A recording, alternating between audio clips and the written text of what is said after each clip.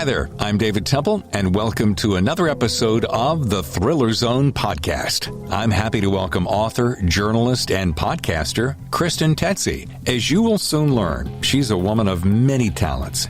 So let me shut up and get moving as we welcome Kris and we get into the Thriller Zone. All right, ladies and gentlemen, I'm here with, I want to make sure I get this right. I had to actually write it down phonetically. It's Tsetsi, Kris Tsetsi, right? Right. I'm just going to call you Kris because we're friends now. We are, yeah. It does feel like I've known you forever. I think it's because I started reading your stuff on medium.com, which is an online publishing group. And I was just fascinated by the way you saw life. And it was very specific. It had a very specific voice. And I was instantly drawn in. And while you're not traditionally a thriller writer, I was just so captivated by your work. And so I said, hey, you want to come play in my sandbox? And you did. That was a thrill of a request to get, because I think as much as I'm not somebody who craves like the traditional fame, like I'm not someone who wants people looking at me or, like I wouldn't want to be a celebrity or anything. But there's something really cool about having someone read something you wrote that has nothing to do with what you're doing. It's not thriller oriented at all, at least the thing you approached me about. But it's really cool to have someone read that and then based on that decide they want to have more of a conversation. So that was really, gratifying, enriching, flattering. I don't know, just all good words. We can go with any one of those words. I have to tell you, David, that when I put your graphic on my Facebook page, I have not received so many comments or congrats, woohoo, way to go, remarks in response to anything I've ever written or I do a podcast every week and that doesn't, but I was going to be on the Thriller Zone. And so suddenly I am a big deal. So I want to thank you for that. Absolutely. It's my honor to have you. That's so awesome. I feel very flattered. That's sweet. So I want to start off this way. Something you wrote, the article that actually got my attention. That's what it is. It begins with, for me, sharing the stories is half of the joy. Now, I would sit here and read the entire article, but that would bore my viewers and listeners to death. But basically, it speaks to those who want to become traditionally published. Can you take that blurb, because I know you recall it, and consolidate it for me? Because it so grabbed me, which is how I first got attention to you. Because here's why. We all grapple with, hey, do I want to be self-published? Do I want to be traditionally published? What will I be if I don't get traditionally published? Will that make me nobody, etc.? So I would love to hear your take on that. The title of it is Giving Up on Traditional Publishing in the Name of Love. The love I'm talking about is the love of writing. I essentially, I guess, was saying that loving writing has nothing to do really with getting published. At least for me, it never did. I never saw my name on book covers. I never thought about being a published author. I just knew I loved writing. And it wasn't until I started playing the publishing game and learning about the wait time and how you could die before anything happens just because the right person at the right time didn't decide that your work was marketable enough. Any number of variables can go into this, but it just didn't make sense with the technology we have now to potentially die before achieving some fantasy of traditional publication when I could be doing the writing that I love the whole time and giving it to readers without a publisher. I don't know if I condensed it in the way that you were looking for. Really? Well, here's Todd Scott was on my show recently, and one of the things, and I've quoted it now a couple of times, I loved that session. He was from Kentucky, and he just shoots it out there straight to you. He doesn't mess around with it. And he goes, I said, what if this story doesn't see the light of day? He goes, I don't give a damn. I wrote it for me. I just enjoy doing it. And it's that attitude that got him the deal that continues to get him the deal, because he's writing from the place of pure passion, pure joy. And I love that, and I continue to quote it. And that's kind of what your message resonated to me, is it comes from the love first and the passion first, and everything else is going to fall the way it's going to fall anyway, right? Well, yeah, and the thing about something seeing the light of day is there are a lot of writers who will leave their work in a file if it's not picked up by a traditional publisher. So they're denying lots of potential readers their own work because the right person isn't putting it out. So you can say you're writing something for yourself, but I think a lot of people write because they hope someone will read it. They hope to reach somebody. And you can actually reach somebody without a traditional publisher. So I mean, what he's saying, I totally agree with. He's writing it because he's writing the story he wants to write. He's writing it the way he wants to write it. He's doing his, at the risk of sounding pretentious, he's doing his art. And, Right. And so it's going to be honest. It's going to be what he wants. And he's not going to be trying to play to the format or the formula or whatever. And really with technology, what it is today, there's no reason something has to not see the light of day. You know, it's so funny. Back in the day when blogs were popular, and then they became kind of a joke line in conversation. Oh, you write a blog, and that's so fantastic. How many readers do you have? 12? Yeah, and it became a joke. However, I think it's rejoining a resurfacing in a lot of different ways, like Medium, which we're going to get to in a second. You've written a number of articles and books in a wide variety of topics, and I want you to tell this thriller audience, and we're going to get to your thriller experience in a second, about your working foray into, well, actually, you used this phrase to me, and I thought it was hilarious, thriller light. Tell us about Hindsight, Kris. Where it came from is that I don't like to write the same thing ever, especially if it's something like a novel. The first one was hyper literary. The second one was kind of that commercial / literary blend that you might throw John Irving into, and that was the Yeridan Palace. The third one was speculative, bordering on dystopian, but I don't really think it's dystopian, though I guess it could be.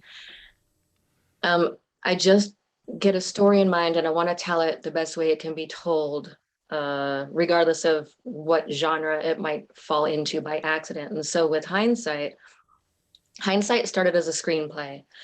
I was doing screenwriting for a long time in college. It was almost my major, but I ended up going with fiction because at least you can still get people to read your books, but nobody's going to read your screenplay if it doesn't get produced.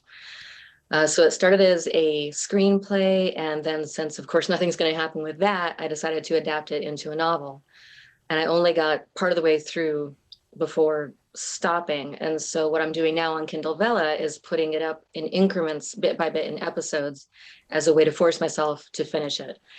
And the suspense part, the story was inspired by Dateline and all those other true crime shows that everybody watches, and apparently women are particularly obsessed with true crime stories. And I think it's because 99% of the time we're the victims. And it's also really helpful because you can see things now because you know how the world is, and you can watch out for things and protect yourself a little bit better and be aware. But there's a running theme in these shows that will, first of all, the obvious is that most of the women are white, because apparently white women are the only ones who really matter to these people, to these producers. But second to that is they'll make sure they make a note of what the girl who was killed looked like. Oh, beautiful 18-year-old, beautiful cheerleader, beautiful whatever, as if that's somehow important or relevant. But in any case, we get this little teeny tiny capsule of who this person was before they go into the stalking or the murder or the trial or whatever of the person who did it. And I'm just interested in the idea of being inside the person's life in all of their, they have personal conflicts, they have personal dramas, they have personal awkward things going on. And this thing that ultimately kills them is just a small facet of that. And I think having all of their life wrapped into this and having that just be a facet makes it that much scarier, because you as a person, maybe not you, but most women know what it's like to have a regular life going on, and then be walking around the house and checking closets with either a bat or a gun or whatever you have. You think you hear a noise, so you're walking around, and you're of course walking around because you don't really think there's anybody in the closet, because if you really thought there was somebody in the closet, you would never open it, which is kind of weird.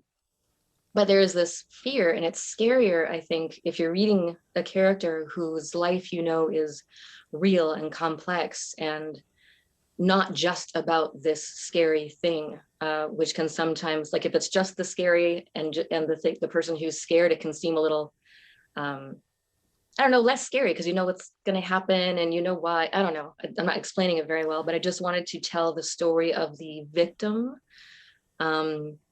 in a way that makes her real and in a way that makes the suspenseful parts double scary. I also wanted to play with suspense and scariness. Well, and back to my earlier point, this is your dabbling and tiptoeing into the thriller mystery genre. And really interesting point, because I have not dabbled with it yet, and I would love to speak to someone who is doing it and help me better understand. So Amazon has launched this new thing called Vella. How does it work?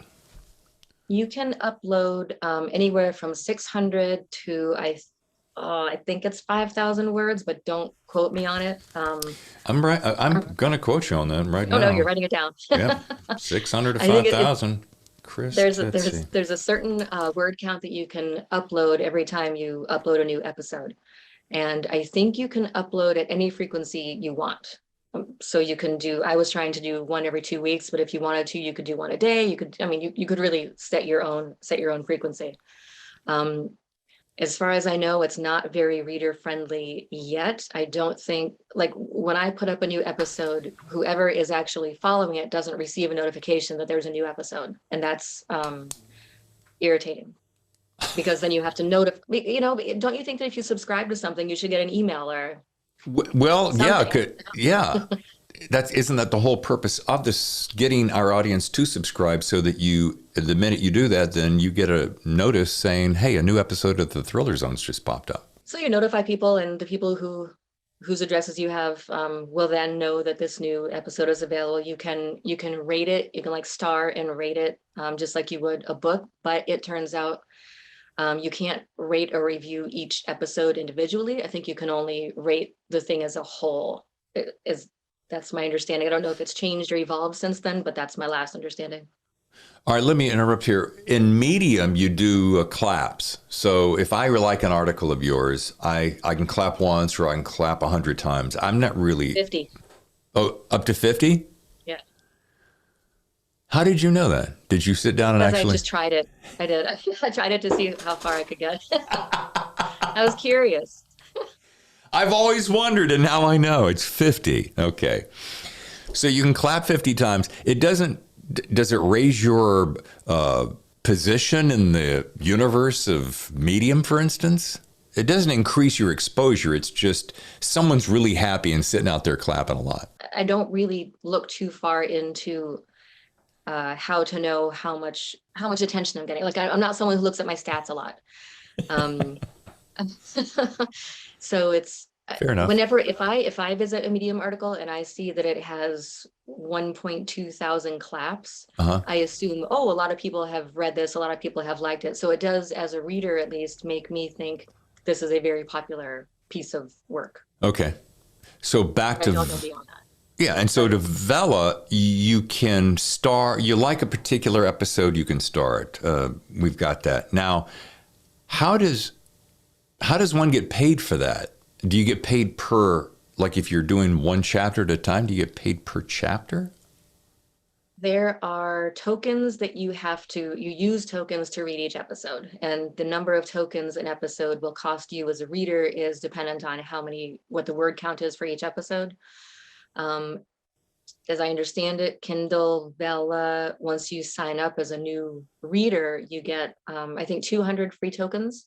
Oh. And in addition to that, the first 3 episodes you read are free. And then after the first 3, you have to start using your tokens. And once you've exceeded the 200 token mark, you have to start paying for them. And then I think Amazon and the writer split the profits from the tokens 50-50, I think. Oh, because Bezos doesn't have enough money. Okay. No, there's never enough. How much is enough? Just a little bit more. Just a little bit more. Okay, I got it. All right, that's fascinating. And it's in its infancy, so it's working out its kinks. They're probably going to work on that subscription alert model, I'm sure, very soon. Let's go back to Medium because you've got a pretty sizable audience there. And what is your overall takeaway from Medium? How does that make you feel? Have you gotten interaction with your audience? Yeah, if you write something that inspires comments, you do get to interact that way because you go in and comment on their comments or have a little back and forth sometimes. It I I like writing there because of the look of it. I like that it seems to have a wider audience than, say, putting something on your own website or your own blog. If something's on, because a lot of people have heard of Medium, if it's just on Medium, I think it's given more, it's Credibility. just, yeah, I guess so. Even if it's the same work, I guess it's almost like having a publisher logo or not. I mean, if it has this little stamp, it's automatically worth reading versus not. I don't know. Well, it's But it kind of just, like if I wanted to sell my living room couch, I'm not, honey, I promise. If I wanted to sell the living room couch and I put it out on the curb, only the people walking through the neighborhood would be able to buy it. But if I put it on Craigslist, eBay, etc., then a wider audience could do it. So it's kind of like that. yeah. You won't read my blog unless I go, hey, Kris, I wrote this really cool article I think you'd like. I send you an email or a text or so forth, and you go read it. Whereas on Medium, you're out there in the public domain. You're on the highway, and you're part of the highway. That's what I like about it. I like that too. Yeah, Yeah, that is really it. Is you have a wider audience, a broader, larger, huge audience got it. potentially. So Medium, self-publishing, journals, magazines, Vella, and also another thing you do, which is really cool. I want to be careful how I say it. I was going to say, oh, you're the Q&A gal for Jane Friedman's website. That didn't sound quite right, but One, I'm yeah. one of a few. But Jane Friedman, by the way, if you don't know, Jane Friedman is, she's just a genius. If you haven't gotten her hot sheet, I was going to pull this up because I love me some Jane. I like to be able to get the essence of something as quickly and efficiently as possible because I have so much information coming at me, like everyone. It's so many times that I want somebody who just shoots it to me in bullet points. Tell us about Jane Friedman, and this is all related to us, by the way, in the thriller world, about the, we'll get to the hot sheet, but her website, her specialty, and how you got to work with her. Well, her website is all things business of writing and business of publishing. She's someone who was formerly with Writer's Digest. Then she went out to do her own thing, and she's like just so deep into it, and she's constantly researching it, and she's constantly keeping herself up to date on the trends of publishing, the trends of how everything relates to publishing, whether it's social media or um, how to get an audience or how to write the most effective memoir, or she's just like all seriously about the business of publishing. And I swear she knows everything. And if there's something new to know, she'll find it first probably, and then she'll tell you what it is. And what I really like about her style is that she's, as you mentioned, she's brilliant. Yeah. So she knows what she's doing. She's very straightforward about it. She's not someone who pussyfoots around and tries to make people feel nice. It's just, these are the facts. This is how it's working or not. Here's what you need to do if this is what you want. And the way I got to work with her is I just love interviewing people. I'm curious about people. I love asking questions. I love asking questions that I haven't seen answers to from these people before. And maybe just things I want to know that you might not see asked. So I started doing interviews called 5 on, because it was 5 on writing and 5 on publishing. And I was doing it for my own website. I think I sent her an email asking her if she might know of somebody who would be interested in an interview series like that. And she said, I would be interested in an interview series like that. So I was like, yeah. As far as Q&A, you're the authority? You kind of do you field questions to her? Do you are more the questions about the book publishing industry? How does that I work? ask really anything I'm curious about. I will I will try to do 5 generally, just so I keep it within the, the scope of her website, some questions on writing, some questions on publishing. Because I think she's also very interested in the psychology of writing and what's behind writing and what inspires people to write. So I'll ask those questions. I really like knowing the reality of the writer's experience and not the little things we see. Like, sure, someone says, hey, I got a book deal. Okay, great. But what does that mean? Are you happy with the way the publishing process is going? How much are they doing for you in terms of promotion? Like, what's it really like beyond this fantasy idea we all have? That's interesting. There's I've had this conversation with a number of different authors, and they say a similar thing, that the dream is to get traditionally published. And then this conversation's come up a number of times. Oh, yeah, I can just kind of kick back now because I've got the deal, so they do all the work. And they quickly learn that they gain access to the wider audience, but they're still on the hook, for lack of a better term, for a large percentage of the work, book tours, social media, etc. And I think that's a misnomer for those who don't know. Would you agree with that? Yeah, I would go a little farther to say that unless you're a lucky one, it also might not mean anything to get traditionally published. It might, a former professor of mine was published by Little Brown, which is super impressive, and who wouldn't want to be?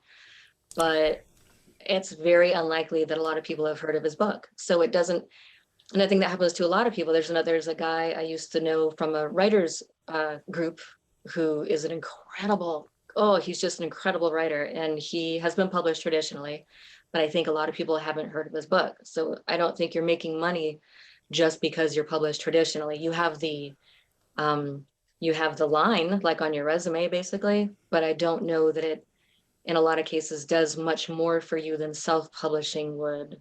It does grant you access, but not everybody gets that access, even with the logo, because only, like, if you look at the New York Times book review, they'll do 1%, I think, of all the submissions they get. So you can Wow. have all the publisher clout in the world and still not have access to these things. I mean, I'm not immune to the lure of traditional publishing. If some publisher suddenly read one of my self-published, existing books and said, I really think there's a market for this right now, and I would love to publish it, I'm sure I would say yes. I mean, I'd be an idiot not to, because why not? Right. But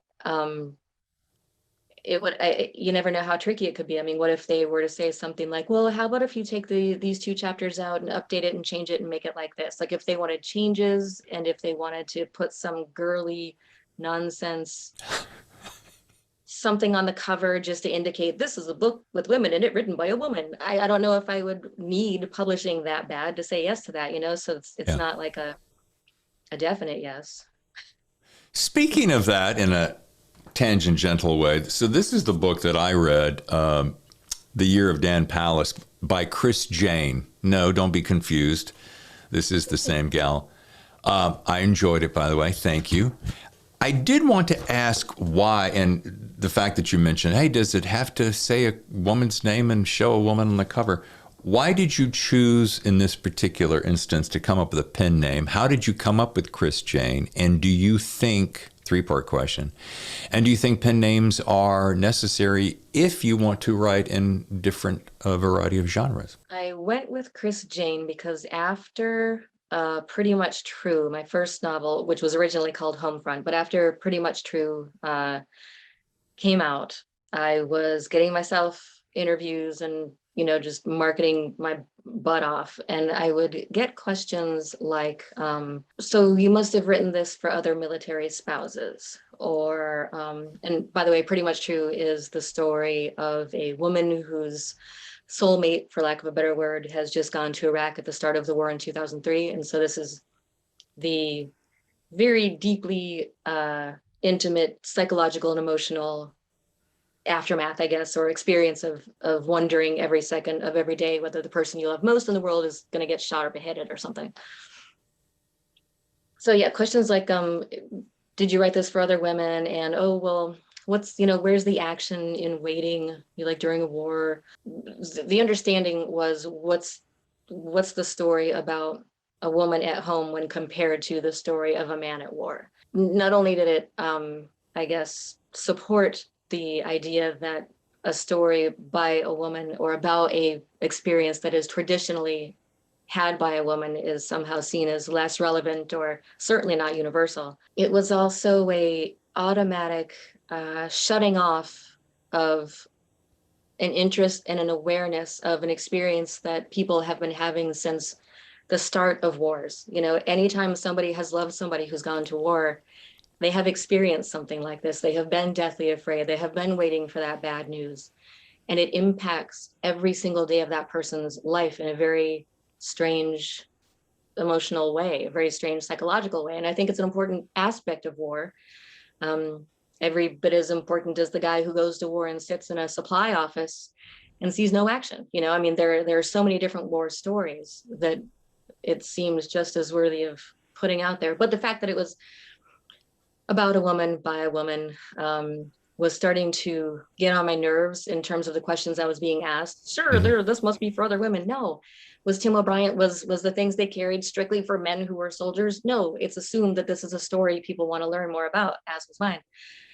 So I thought if I just try on my next one a name that is less, or maybe that's gender ambiguous, especially since I was writing about a man and from his third person point of view, I wanted to see if that would be treated differently or received differently. I also like the idea of someone not going into the book with the preconceived filter of knowing that this is a woman writing a man's mind. You know what I mean? Oh, absolutely. And I hadn't thought about it that way, but that does make sense. And what's interesting about this, it's funny, if I didn't know you, I'd pick up Chris Jane, and if I liked the blurb, I would read it and go, okay, I'm going to go for the ride. What's interesting is the way that the story is told from the perspective of the guy, and the way that he's tormented, and the way that he moves through life is just it's kind of sad, quite frankly. But I did enjoy it. I loved the perspective. He's trying, Yeah, that's for sure. It reminds me of situations in the past. I don't want to sound cliche, but and for fear of that, only because I'm genuinely interested, and you cover such a wide variety of stories.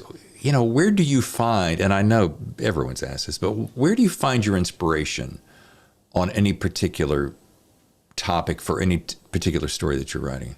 It's usually something either an underrepresented experience that I want to, like with, it really depends, but it's usually something I think is important. For Pretty Much True, I really thought there wasn't enough or really anything out there that really tried to explore what it's like to wait through a war. With The Year of Dan Palace, I think it was a debilitating fear of death. And like, what does it mean?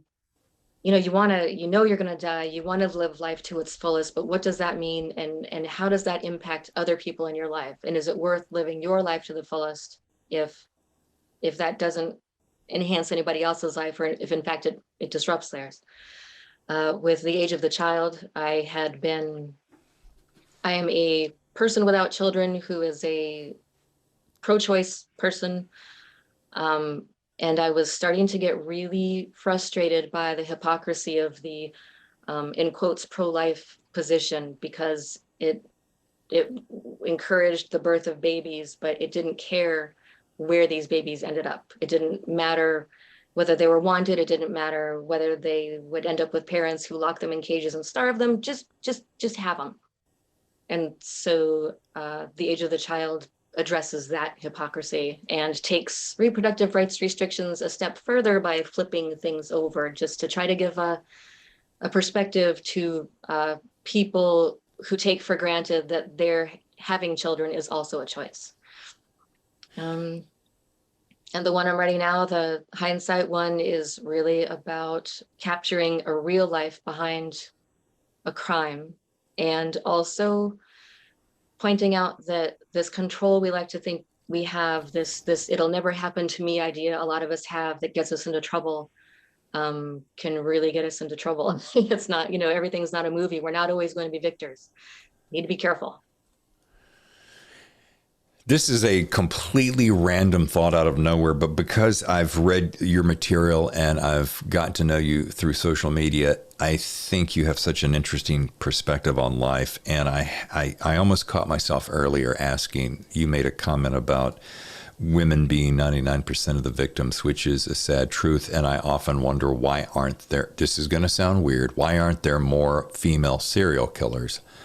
Because there's a lot of guys that really need to just be taken out. And I wonder if what you would think about writing a story as a thriller, particularly as a serial killer, from the woman's perspective. I think if there's anybody that I've met in the last couple of years that could pull that off, even if you even wanted to, that would be something.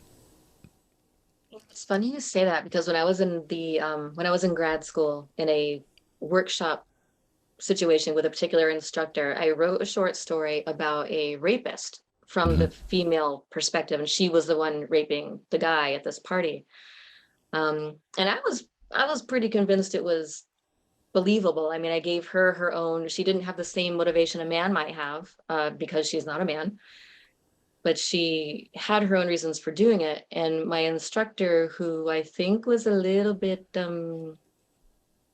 traditional, said that he couldn't buy it because women don't rape people. So it's not, I mean, I have explored at least that side of a female being the aggressor and the criminal, but that would be an interesting thing, is to write something about a female serial killer. You could do it, Kris. Well, I'll think about it. And thank you. Yeah. Now, I want to pause a quick second for a shiny object moment, new feature on the show. Samson and Lenny. For those folks who are watching the show on YouTube, you're going to really appreciate. For those who don't, you're going to have to stalk Kris on her Instagram. But Lenny and Samson are a cat and dog. And there's a photograph here that just warms the cockles of my heart. I've never seen a cat and a dog lie down together and take a nap, and that's my shiny object moment. Well, we're going to take a short break, and when we come back, Kris is going to answer a very specific question, and it's very thrilling, I think, that I have for her, and I don't want you to miss it, so we'll be back right after this. I'm Kris Tsetsi, author of The Age of the Child, and you are enjoying The Thriller Zone with David Temple.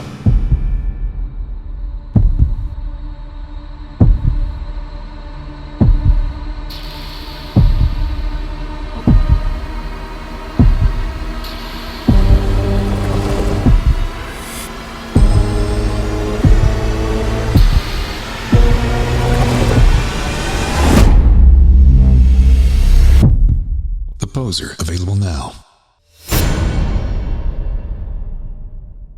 And we're back. I'm with Kris Tsetsi, and we're on the Thriller Zone. And as I said before the break, we shared some very fun stuff during the break. I might have to break that out a little bit later, but very specific question for Kris. Kris, if you had an agent or a publisher team, and we were talking about traditionally versus self-publishing, but you say a team came together and approached you and said they wanted you to write a 3-book thriller series because they read Hindsight on Amazon's Vella, and they thought, this girl has the goods.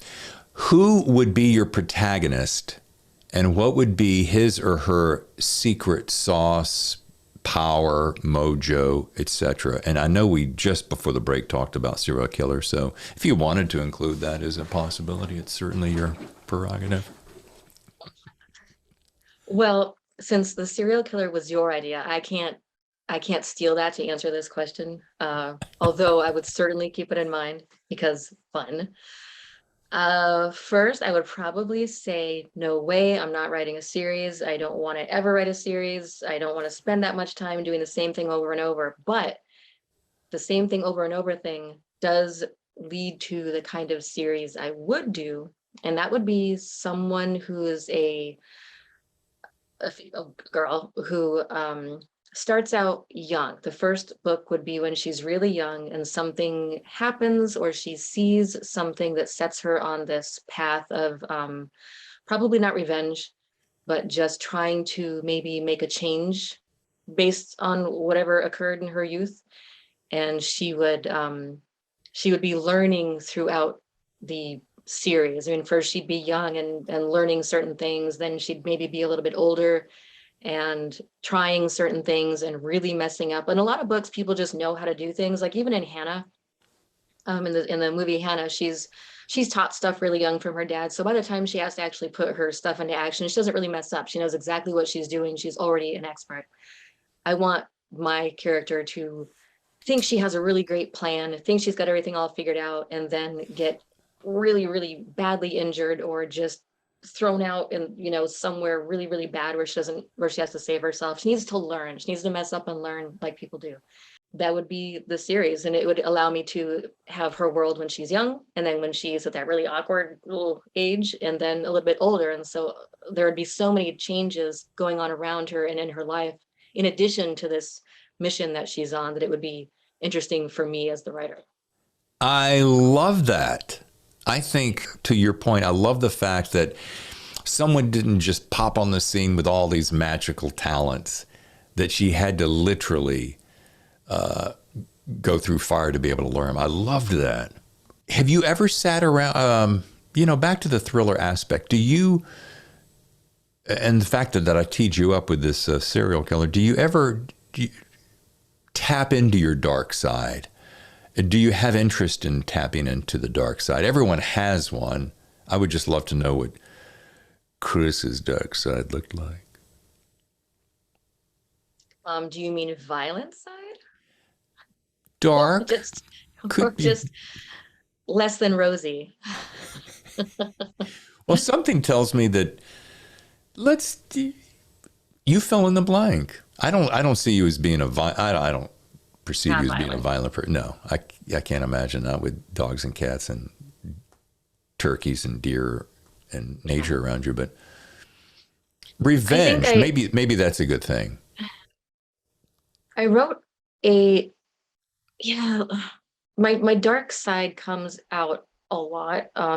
In Pretty Much True, there's it's not me. I mean, it's a semi-autobiographical novel in the sense that I couldn't have written it had I not experienced a deployment at home and being afraid every day that he would die. But there are that whole character is probably the chunk of darkness just kind of thrown out into about 270 pages. The Year of Dan Palace has its moments.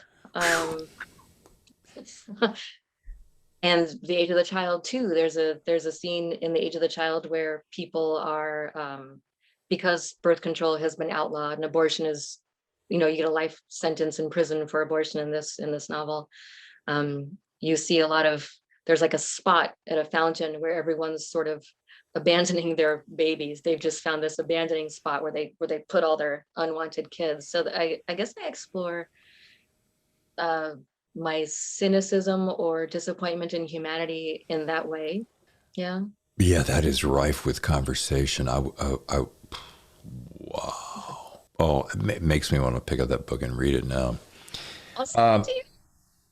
I did have this one question. I did not ask you about Year of Dan Palace, and I think I wondered, was it something that you consciously thought about and aware of? What was his obsession with the end of the world? Okay. How, with Y2K and every now and then so the Y2K, everyone thought this is going to be the end of everything. And then for a while, there was some date on the Mayan calendar that was supposed to say it was the end of the world. It's just another one of those times when someone is predicting the end of the world and he's someone who is feeling stuck in his life. And here's this very convenient potential end of the world. And so it's almost like winning the lottery or being told you're going to die. You are given this almost undeniable push to do something different, to Right. live your life the way you've always wanted to. So at first, I think he is scared because what if it really happens? But then, you kind of get desensitized to anything after a certain amount of time. But he still wanted to force himself to take this chance and go this direction that he's always wanted to go. And if you think the world is ending, I mean, you may as well, because if it doesn't end, you're just living every day as you have every day for the last, whatever. So it gives him the courage. And all of these characters are products of their upbringing. He was taught to be afraid. He was taught to stay in the car during fireworks. April was taught to be interesting to people who look at her. They're all messed up people who are still the people they were when they were younger. And so he's also trying to just combat that fear of doing something that isn't safe. We've all kind of have the ability to do that very thing, because if you want to get existential about it, we're all dying and we just don't know when that hammer will drop. And if you say to yourself, okay, you know what, screw it. Today I'm going to live the best life I can. And it's the year of Kris Tsetsi and David Temple and fill in the blank. And, there you go. So. Well, it's like that in the Year of Dan Palace, he asks April, say you have 3 days to live, what would you do? She said, well, I'd probably go bring a tent to the lake and sit there and, enjoy it, or whatever she would do. And he says, well, why don't you do that now? And she's like, why would I do that? I think that's how we all think. Why would I do it unless I'm dying? I don't get it. My mom had this, my mom passed recently, and she was a beautiful, hilarious gal.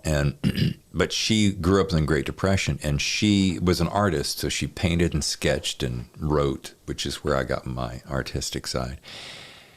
And when we went to clean out her belongings, she was forever, I would buy her these really expensive calligraphy pens and these great markers and these exquisite pads of fabulous paper. And because she had grown up in the Great Depression, she saved it all. Ma, why don't you use those pens and that paper?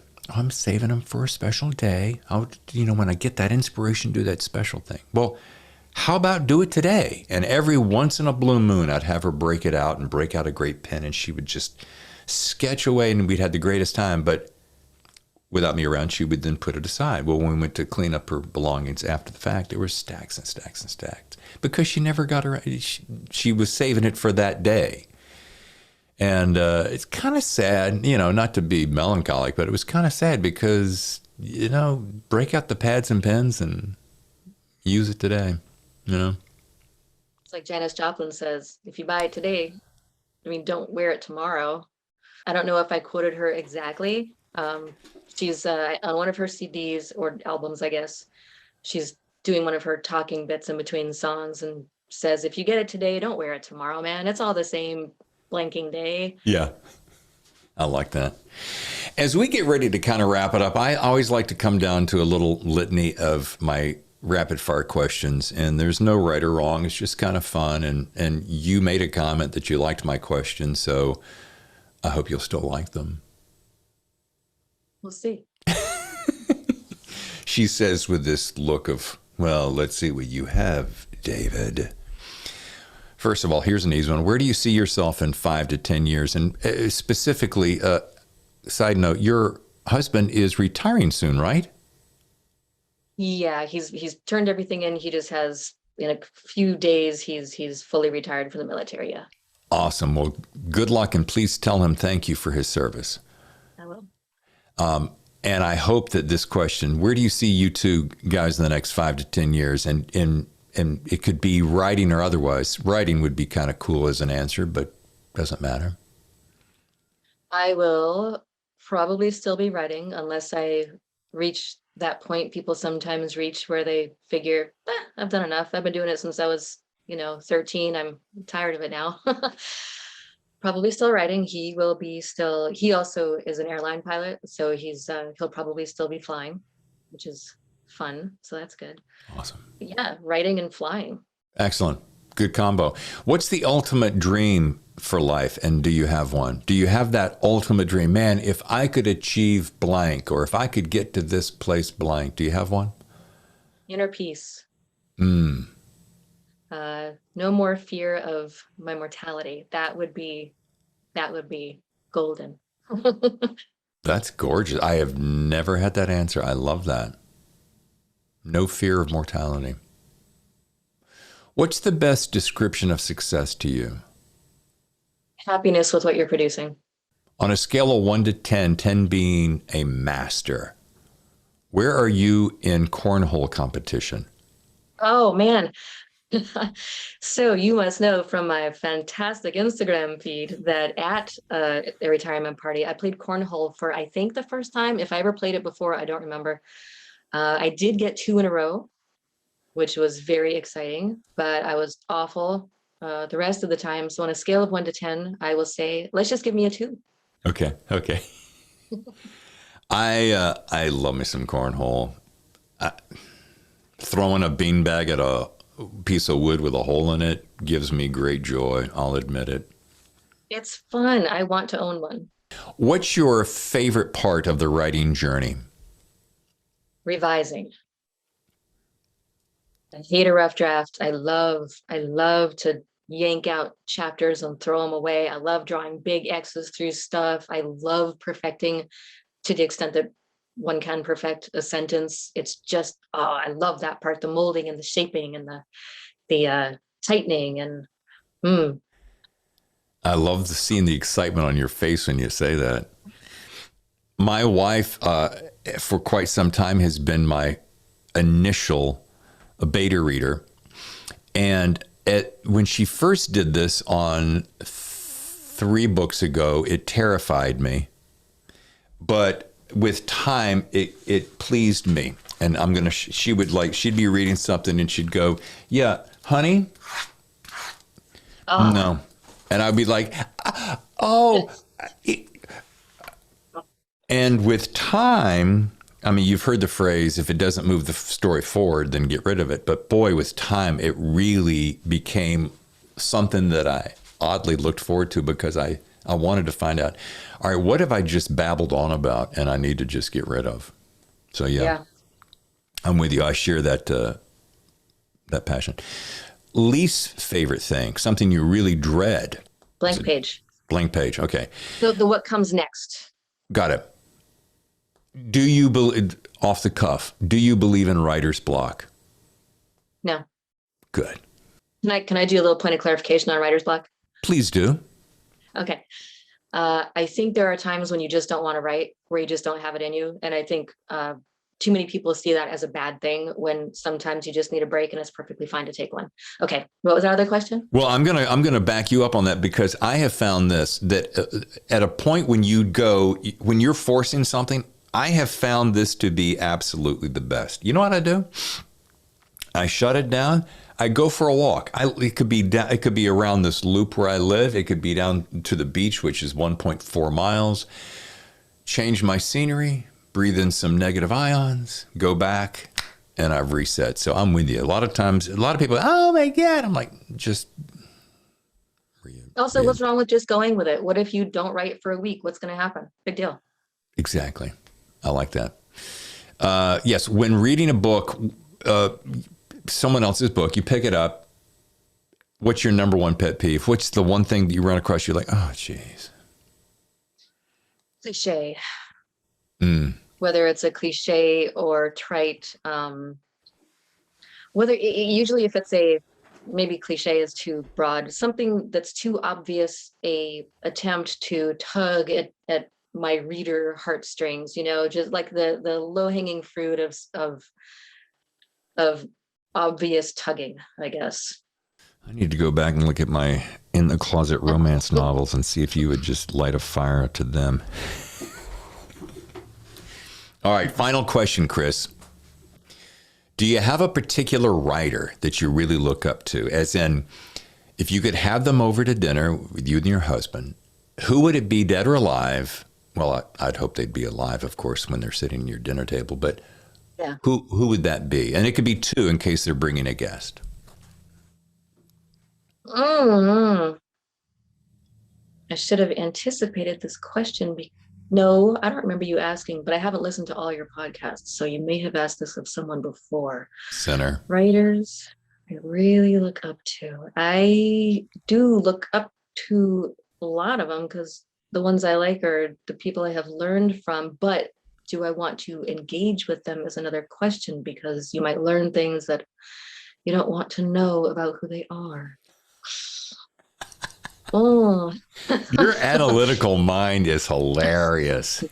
I would probably be interested in getting to know more about Dorothy Parker. I don't think she would like me. I think she's way too uh, metropolitan cool for me. And I think that I would be a nerd at the table, but I do think she'd be interesting. Um, and I really, really like The Story of an Hour by Kate Chopin. And I like Chopin's bravery with writing. So she'd be really interesting too. Good answers. I would love to hear that same answer or same question and answer after a couple of glasses of wine, because I think that would be, I think we'd get a little extra insight on that. That's just me, just a hunch, just a. I think I told you that I'm thinking about having a Thirsty Thursday thriller zone because I can't do enough alliteration. Where Thirsty Thursdays would all be around 7:00 my time ish, and we just have cocktails or wine and have the show and see how that went. I like how you're telling me about this really cool thing that I don't get to be around for. But hey, I mean, I guess I'll just be happy for you and Well, Kris, happy for all the others who get to engage in it. It's great. There's also repeat performances. I don't know if you ever knew that, but I do have repeat performances. Well, I haven't yet, but I'm going to. Okay. All right. Well, fingers crossed. Thank you. All right. If you want to get to know more about Kris, it's Kristen, Kristen. It'll be on the screen, Tsetsi, TSETSI.com, or follow her at Tsetsi. This has been really fun. I spent quite a bit of time looking forward to this. Me too. I really enjoyed myself.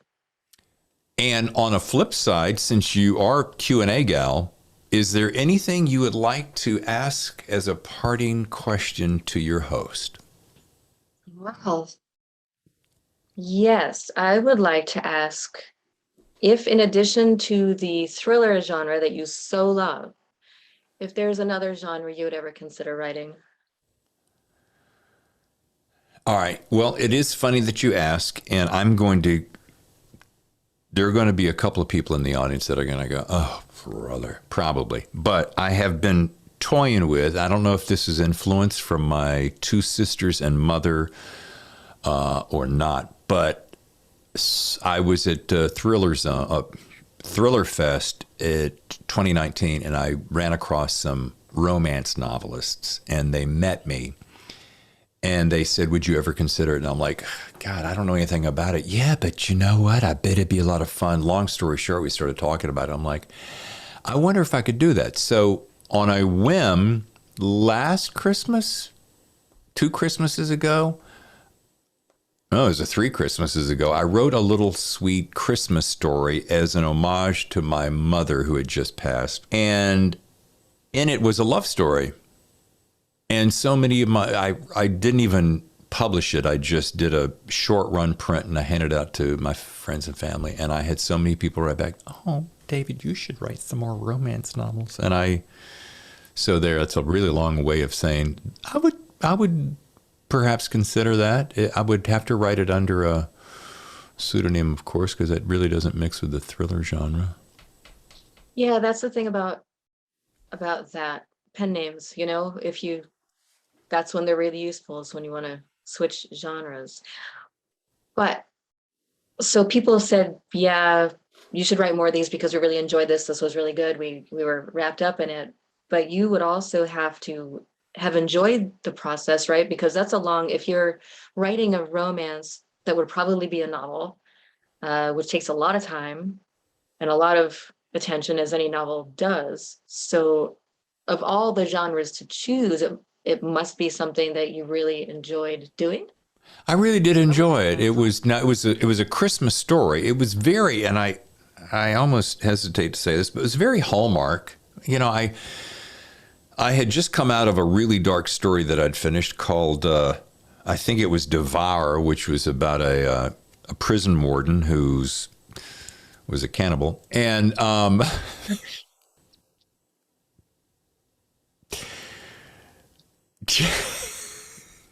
prison is a great place to be if you're a cannibal, I think. well, the book is called Devour. That tells you something. But anyway, I mean, deep down inside, I'm probably a pretty nice guy.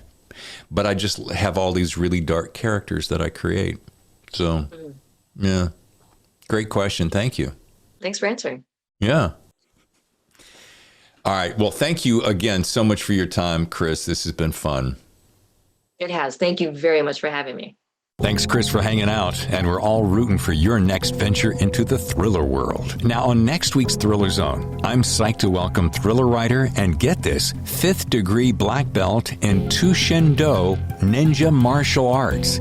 Yep, that's a first. Tori Eldridge is the author of the suspense and crime fiction thrillers The Ninja's Blade, The Ninja Daughter, and The Ninja Betrayed, her latest, which we'll be talking about. So please make plans to catch all the martial arts excitement wherever you get your podcast and on our YouTube channel. So I'll see you next week on The Thriller Zone.